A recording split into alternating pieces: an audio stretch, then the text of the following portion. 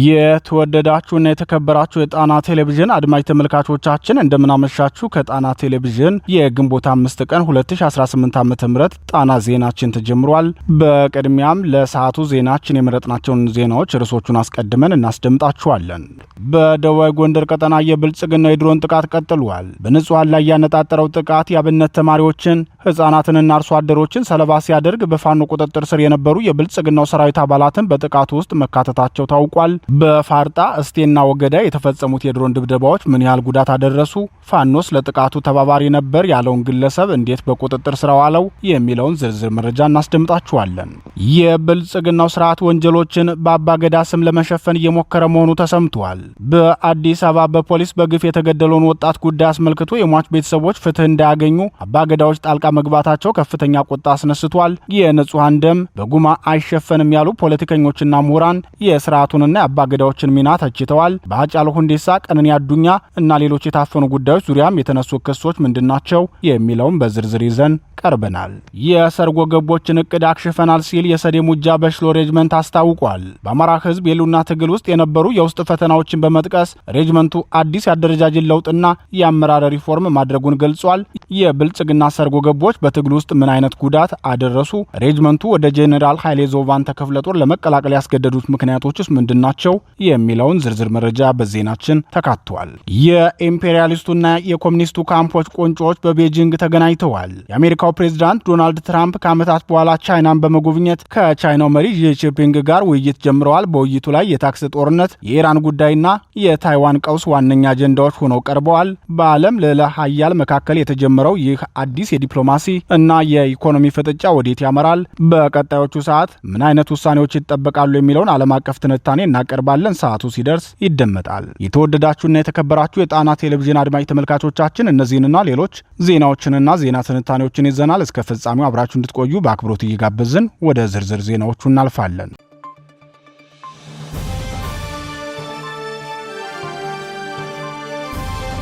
የድሮን ድብደባ በጎንደር። የብልጽግናው አየር ኃይል በጎንደር ጠቅላይ ግዛት እስቴ አውራጃ በፈጸመው የድሮን ጥቃት ከ10 በላይ ንጹሃን ጉዳት ደርሶባቸዋል። በጥቃቱ የአብነት ተማሪዎች፣ አርሶ አደሮችና ሴቶች እንዲሁም በፋኖ ቁጥጥር ስር የነበሩ የብልጽግናው ሰራዊት አባላት እንደሚገኙበት ተገልጿል።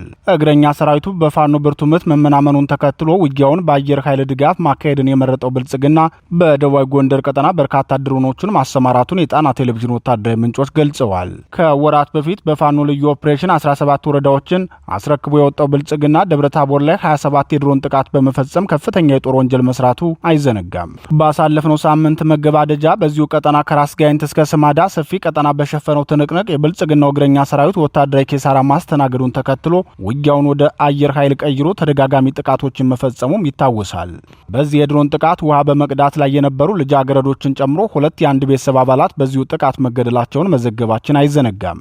በመሃል ከተማ ያላንዳች ጥንቃቄ የከባድ መሳሪያ ድብደባ የሚፈጽመው የብልጽግናው ሰራዊት በወገዳ ከተማ ቀበሌ 3 ላይ የድሮን ጥቃት በመፈጸም ጭካኔውን ለህዝብ አሳይቶ አልፏል። ከባለፈው ሳምንት ጀምሮ ስምሪት ወስደው ተከታታይ ቅኝት ሲያደርጉ የነበሩ የብልጽግናው ድሮኖች ዛሬም በፋርጣ ወረዳ ማህደረ ማርያም ተብሎ በሚጠራው አካባቢ በንጹሃን ላይ ያነጣጠረ ጥቃት ፈጽመው ጉዳት ማድረሳቸውን የአማራ ፋኖ ብሔራዊ ንቅናቄ ጎንደር ጠቅላይ ግዛት በላይዝ ሜጀር ጄኔራል ዋንታባት አንደኛ ኮር የህዝብ ግንኙነት ክፍል አስታውቋል።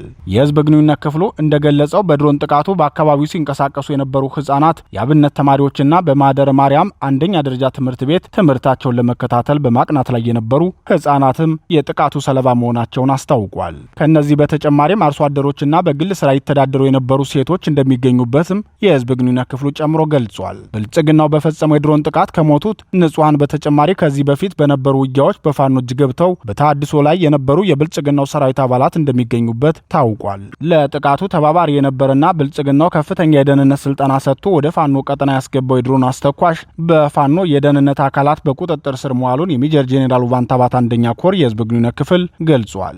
ፋኖ ባደረገው የተጠናከረ ፍተሻ የድሮን አስተኳሽ ሆኖ በስፍራው ተመድቦ የሚገኘው የብልጽግናው 73ኛ ክፍለ ጦር 2ኛ ሬጅመንት አባል መሆኑም ታውቋል።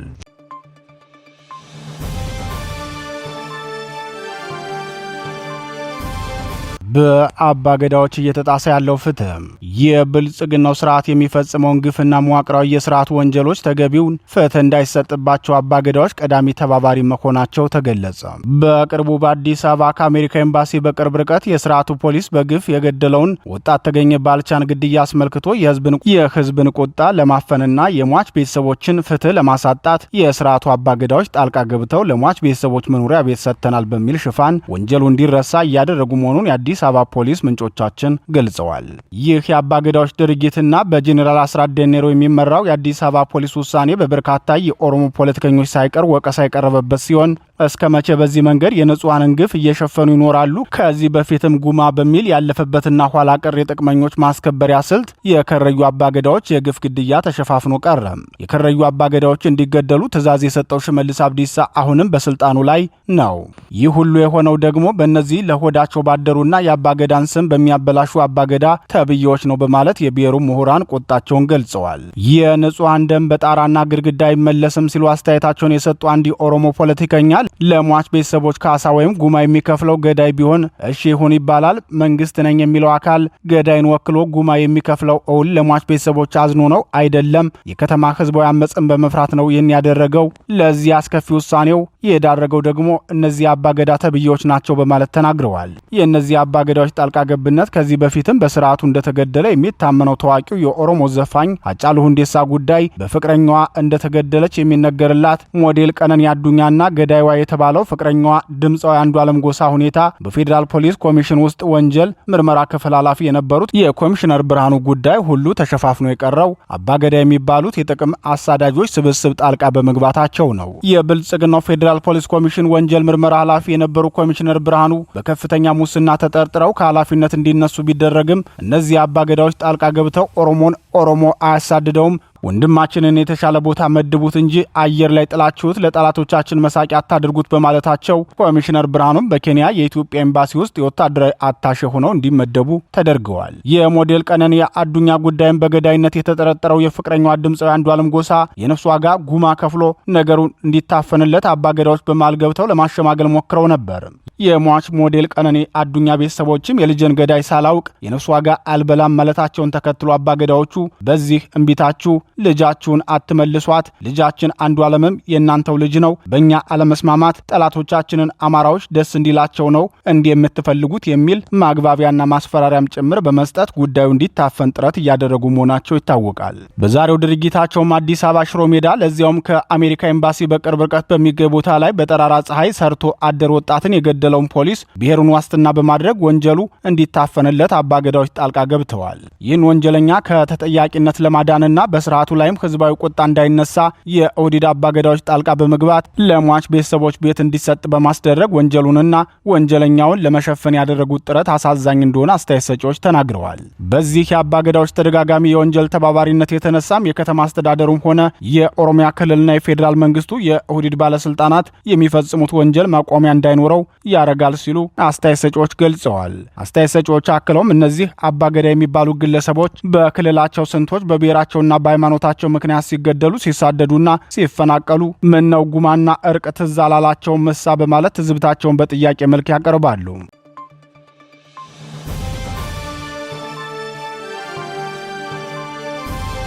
የሰርጎ ገቦችን እቅድ አክሽፈናል። ፋኖ በአማራ ህዝብ የሉና ትግል ላይ ከመደበኛው የኦህዴድና ብአዴን ጥምረት ከሆነው ብልጽግናውም ሆነ ከጥንተ ጠላት ህወሓት ባልተናነሰ በትግል ውስጥ የገቡ ሰርጎ ገቦች ከባድ ፈተና ሆነው ቆይተዋል። በዚህ ውስብስብና አደናጋሪ የእርስ በርስ ጉተታ የተነሳም የአማራ ህዝብ እንደ ህዝብ ከባድ ዋጋ መክፈሉ ይታወቃል። የዚህ ክፉ እቅድ ተቀጥላ የሆነው አንዱ ክስተት እንዳይደገም በጎንደር ጠቅላይ ግዛት በሰዴ ሙጃ ወረዳ የሚንቀሳቀሰው የሰዴ ሙጃ ሬጅመንት የወሰደውን አኩሪ ስራ አስመልክቶ የሰርጎ ገቦችን እቅድ አክሽፈናል ብሏል። ያለፉትን 3 ዓመታት በከፍተኛ ጽናትና ለወጡለት የትግል ዓላማ በመታመን አኩሪ ተጋድሎ ሲያደርጉ የቆዩት የሜጀር ጄኔራል ከፍያለው ደሴ የእጅ ስራ ውጤት የሆኑት የሬጅመንቱ አባላት በቀጠናው ያንዣበበ የመጣውን የሰርጎ ገቦችን እንቅስቃሴ በማጤን የክፍለ ጦር አደረጃጀታቸውን በ206ኛ ከፍያለው ደሴ ኮር ስር በሚገኘው ጄኔራል ኃይሌ ዘውቫንተ ክፍለ ጦር ስር ማድረጋቸውን አስታውቀዋል።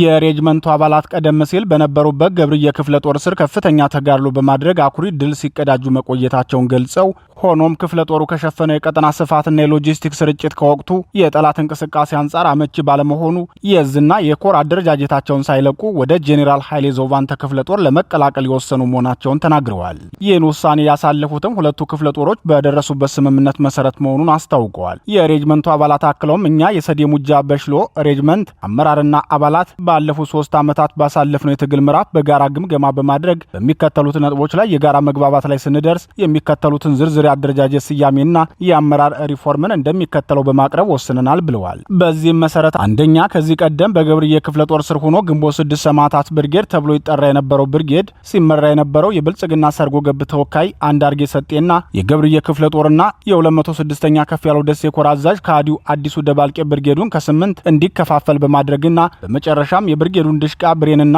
ስናይፐር ይዞት ወደ ብልጽግና በመግባቱ፣ ሁለተኛ ሰዴ ሙጃ ወረዳ ብዙ ጀግኖች ያሉት ሆኖ ሳለ ቀጠናውን አስተባብሮ የሚመራ በመጥፋቱ እንዲሁም እርስ በርስ እየተገዳደልን እጁን አስገብቶ ለማስተካከል የሚደግፈን ክፍለ ጦር በቅርበት በማጣታችን፣ አራተኛ ብርጌዳችን ላይ በተለያዩ የውስጥ ችግሮች ተፈትነን በርካታ ሰብአዊ፣ ቁሳዊ፣ ሞራላዊ ጉዳቶች ስናስተናግድ ተገቢውን ፖለቲካዊ የሚሆን ወታደራዊ ድጋፎች ባለማግኘታችን፣ አምስተኛ ቀጠናው ከገብርዬ ክፍለ ጦር ይልቅ ለጄኔራል ኃይሌ ዞቫንተ ክፍለ ጦር ቅርብ በመሆኑ እንዲሁም የቅርብ ክትትልና ቅንጅት አመች ይሆናል ብለን ስለምናምን ለትግላችንም የተሻለ ውጤት እንደምናስመዘግብ በመተማመን ከዛሬ ጀምሮ በአማራ ፋኖ ብሔራዊ ንቅናቄ ጎንደር ጠቅላይ ግዛት በላይ እዝ 206ኛ ከፍ ያለው ደሴ ኮር ጄኔራል ኃይሌ ዞቫንተ ክፍለ ጦር የገባን መሆኑን እንገልጻለን ሲሉ አስታውቀዋል።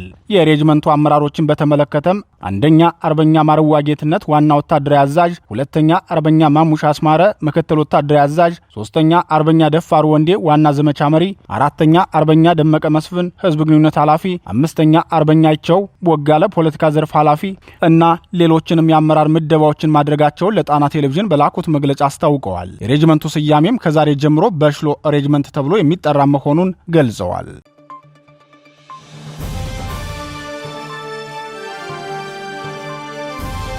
የኮሚኒስቱና ኢምፔሪያሊስቱ ቁንጮች በቻይና የአሜሪካና ቻይና መሪዎች የሁለቱ ሀገራት መሪዎች ብቻ ሳይሆኑ አንዳቸው የኢምፔሪያሊስቱ ካምፕ ሌላኛቸው ደግሞ የኮሚኒስቱ ካምፕ መሪዎች ተደርገው ይታያሉ። በእርግጥ የአሜሪካ መሪዎች የኢምፔሪያሊስቱ ካምፕ መሪ መባላችን በቂ አይደለም፣ እኛ የዓለም መሪዎች ነን ሲሉ የአሜሪካ ልዕለ ኃያልነት ለማሳየት ይሞክራሉ። ከጥቂት 10 ዓመታት በፊት የጃፓን ቅኝ ተገዥ የነበረችውና ጥንታዊቷ ቻይና በህዝብ ብዛት ብቻ ሳይሆን በወታደራዊ አቅምና በኢኮኖሚ ጡንቻም ከዓለም ሁለተኛ ደረጃን የያዘች ባለግዙፍ ኢኮኖሚ ባለቤት ናት። ከዚህ ሁሉ የበለጠ የሚገርመው ደግሞ እንግሊዝኛ ቋንቋ የሚናገሩ ቻይናውያን ብዛት ከአሜሪካ አጠቃላይ ህዝብ የሚበልጥ መሆኑ ነው። የዓለምን የንግድ ሚዛን ወደ አሜሪካ እንዲያጋድል አደርጋለሁ ብለው አንድ ጊዜ በታክስ ሌላ ጊዜ ደግሞ በተኩስ ዓለምን የሚያተራምሱት ዶናልድ ትራምፕ የዕቅዳቸው አብዛኞቹ ክፍሎች ከሽፎባቸዋል። የኢራንን ጦርነት፣ የቬንዙዌላ ጉዳይና ወደ አሜሪካ በሚገቡ ምርቶቿ ላይ በተጣለው የተጋነነ ታክስ ምክንያት ከአሜሪካ ጋር ቅራኔ ላይ የቆየችው ቻይና ዛሬ የዓለምን ቁጥር 1 ተጽዕኖ ፈጣሪ ሰው በቤጂንግ ተቀብላለች። ከበርቴው ፕሬዝዳንት ዶናልድ ትራምፕ ከ10 ዓመታት በኋላ ወደ ቻይና በመጓዝ የመጀመሪያው አሜሪካዊ ፕሬዝዳንት ሆነው ቤጂንግን ሲረግጡ ኤለን መስክንና የዘር ሐረጋቸው ከቻይና የሆነውን የናቬዳ ግዛት ሥራ አስፈጻሚን የንሰን ሁዋንግን ይዘው ተጉዘዋል። ሌሎች በመቶዎች የሚቆጠሩ የጉዞ አባላትም በግዙፉ ኤርፎርስ ዋን በረራ ያደረጉ ሆነዋል። የቻይናው ፕሬዝዳንት ሺጂፒንግና በአገራቸው ዲሞክራት ፓርቲ አባላት ዘንድ ዶላር የተጫነ አህያ ተብለው የሚፌዝባቸው ከበርቴው ትራምፕ በቤጂንግ ቆይታቸው የሚወያዩባቸው አጀንዳዎች በዋናነት 3 ርዕሰ ጉዳዮች እንደሚሆኑ ይጠበቃል። 3ቱም ጉዳዮች አጀንዳ ሆነው እንዲቀርቡ የአጀንዳው ባለቤት ደግሞ ቻይና ናት። ትራምፕ ወደ ቤጂንግ ለመብረር ቀጠሮ ከያዙ የቆዩ ቢሆንም በተለያዩ ምክንያቶች ሲጓተት ከቆየ በኋላ ዛሬ ቤጂንግ ሲገቡ ከሺ ጂንፒንግ እንግዳ መቀበያ ቢሮ የሚጠብቋቸው አጀንዳዎች ደግሞ ታክስ፣ የኢራን ጉዳይና የታይዋን ሁኔታ ናቸው። በአሜሪካና በቻይና መካከል የትሪሊዮን ዶላር ዕዳ የተቀመጠ ቢሆንም የትራምፕ መንግስት ግን ቻይና ላይ በ3 አቅጣጫ የኢኮኖሚ ጦርነት ከፍተውባታል። ይህ ደግሞ ለቻይናው ኮሚኒስት ፓርቲ የዕድሜ ዘመን ሊቀመንበር ሺ ጂንፒንግ የሚዋጥላቸው አልሆነም። የቻይናን ኢኮኖሚ እድገት ለመግታት ቬንዙዌላና ኢራን ላይ ቀጥተኛ ዘመቻ በመክፈት የቻይናን የነዳጅ አቅርቦት ለማስተጓጎል የተደረገ ኢኮኖሚ ጦርነት አንደኛው የትራምፕ የውጊያ ግንባር ነው። ነው። በቻይና ምርቶች ላይ የተጋነነ ታክስ መጣል ደግሞ ሁለተኛው ግንባር ሲሆን ዋናውና ቻይና ልትቋቋመው የማትችለውን ግንባር ደግሞ ሶስተኛውን የውጊያ ግንባር ነው።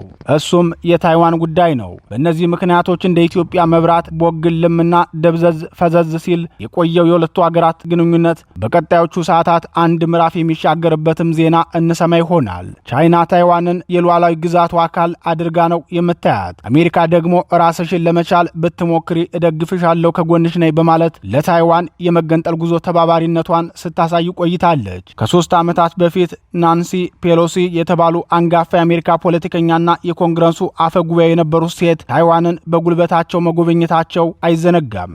በወቅቱ የፔሎሲ ወደ ታይዋን የተደረገው ጉዞ ዓላማው ቻይና ጦርነት እንድትከፍት ያለመ ቢሆንም የጂፒንግ መንግስት ጉዳዩን በጥንቃቄ በመያዙ የአሜሪካ ዕቅድ ከሽፏል። በወቅቱ ከስልጣን ውጭ የነበሩት ትራምፕ በበኩላቸው የናንሲ ፔሎሲን ጉዞ ጦርነት ልመና በማለት ነበር የገለጹት። ትራምፕና ናንሲ ፔሎሲ አንድም ቀን ሳይስማሙ በአደባባይ ጭምር እንደተዘላለፉ የኖሩ የአሜሪካ ፖለቲከኞች ናቸው።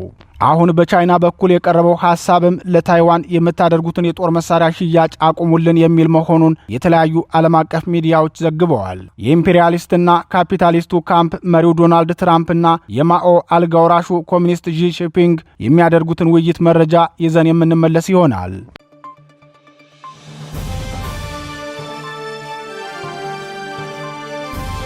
የተወደዳችሁና የተከበራችሁ የጣና ቴሌቪዥን አድማጭ ተመልካቾቻችን የሰዓቱ ዜናችን የተከታተላችሁትን ይመስል ነበር። ምርጫችሁ ስለምታደርጉን እናመሰግናለን። ተሰናበትናችሁ። ጤና ይስጥልን።